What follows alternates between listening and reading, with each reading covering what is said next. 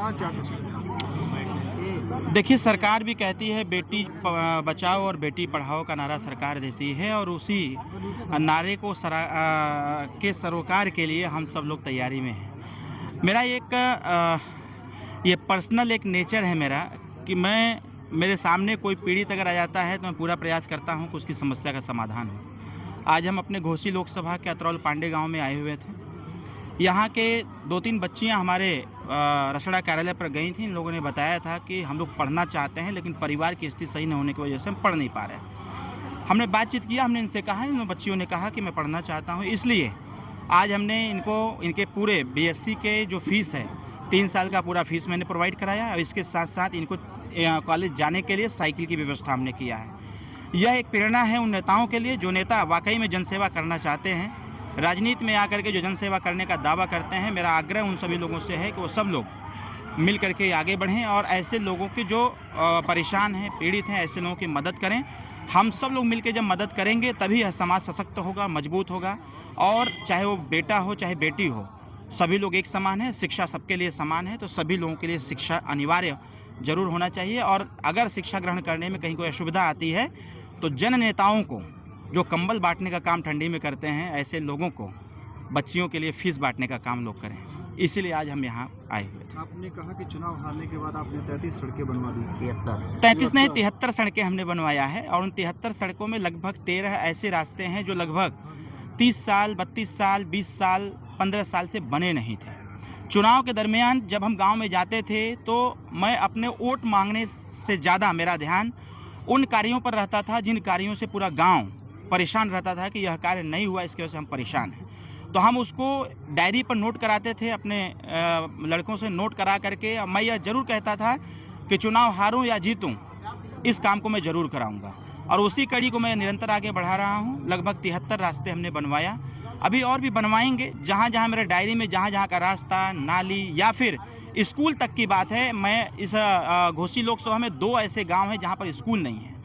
एक मुस्लिम बस्ती है, वहाँ स्कूल नहीं है, बच्चे पढ़ना चाहते हैं। उसका भी प्रपोज़ल हमने अभी लगभग 4 दिन पहले बेसिक शिक्षा मंत्री जी से मिला, एप्लीकेशन दिया। हमने कहा कि इन 2 गाँवों में स्कूल की नितांत आवश्यकता, उनका बन जाएगा।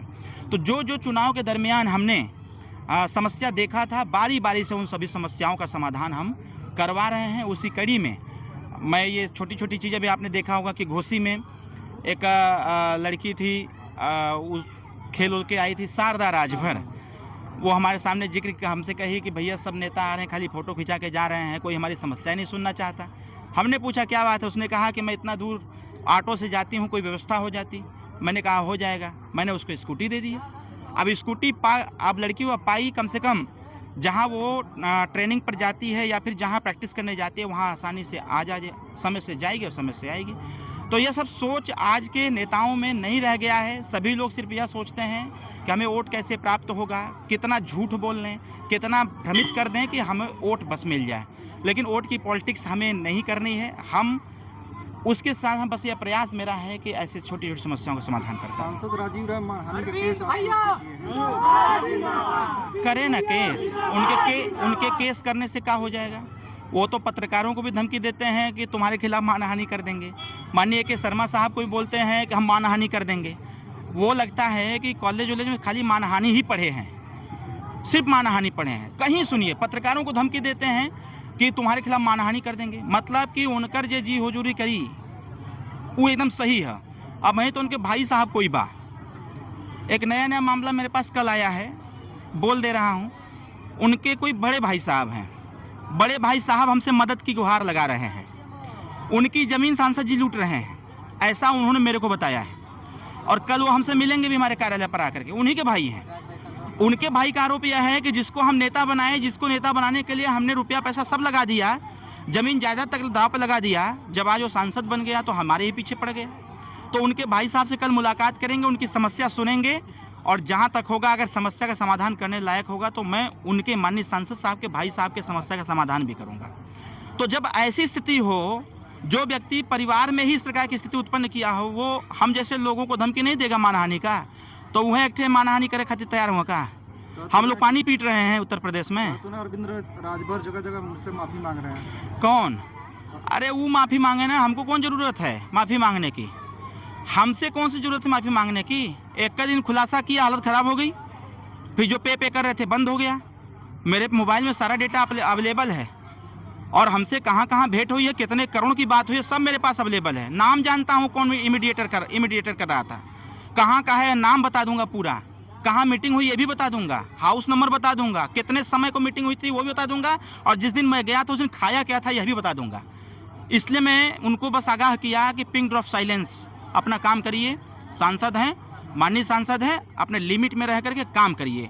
जनता आपको मानहानि का मुकदमा ठोकने के लिए नहीं वोट दिया है, जनता ने आपको वोट दिया है घोसी लोकसभा का विकास करने के लिए, घोसी लोकसभा में रोजगार लाने के लिए, घोसी लोकसभा में जो दुर्व्यवस्था है उसको सही करने के लिए वोट दिया है, मानहानि का मुकदमा ठोकने के लिए नहीं लगाया है।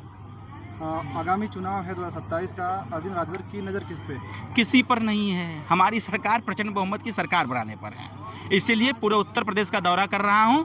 83 सीटें हमारे जिम्मे हैं, उन 83 सीटों को जितवाऊंगा, जितवा करके भारतीय जनता पार्टी के पक्ष में दूंगा और एनडीए सरकार बनाऊंगा। सुनने में आ रहा है कि आप सदर से लड़ेंगे, मऊ सदर से। ऐसा कुछ भी नहीं है। विधानसभा का चुनाव डॉक्टर अरविंद राजभर इस बार नहीं लड़ेंगे। विधानसभा का चुनाव, मैं फिर से रिपीट कर रहा हूं, विधानसभा का चुनाव डॉक्टर अरविंद राजभर इस बार नहीं लड़ेंगे। अयोध्या को लेकर क्या कहेंगे? कानूनी कार्रवाई चल रही है, जो लोग चोर थे वहाँ जेल चले गए हैं, बाकी और खुलासा हो रहा है धीरे धीरे।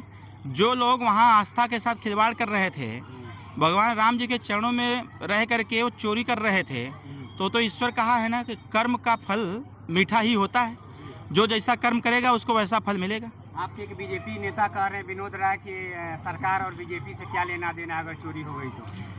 नहीं, ऐसा नहीं है। सरकार संरक्षक का कार्य कर रही है, सरकार संरक्षक का कार्य कर रही है, सरकार हमको भी संरक्षण दे रही है। यहाँ आपके गांव में यहाँ छोटा सा मंदिर बना है, इसका भी संरक्षण का काम कर रही है। दलित बस्तियों में डॉक्टर BR अम्बेडकर साहब की मूर्ति बनी है, उसको भी सुरक्षित रखने की गारंटी देती है। तो ऐसा नहीं है, सरकार जब हमारी है तो जिम्मेदारी तो मेरी है ना। और माननीय मुख्यमंत्री जी ने कहा भी कि 15 दिन का टाइम दीजिए, दूध का दूध पानी का पानी होगा। और SIT गठन हुआ, टीम गठित हुई, जाँच पड़ताल हुआ, जो लोग भी दोषी थे वो लोग जेल के सलाखों के पीछे। अब एक मामला चर्चा में आया है कि 980 काल कैसे जा रहा था। 980 काल माननीय अखिलेश यादव जी के यहाँ, वो जो यादव लड़का था वो कहाँ बतिया रहा था। अब जिस दिन इसका खुलासा होगा उस दिन सब स्पष्ट हो जाएगा। समाजवादी पार्टी कह रही है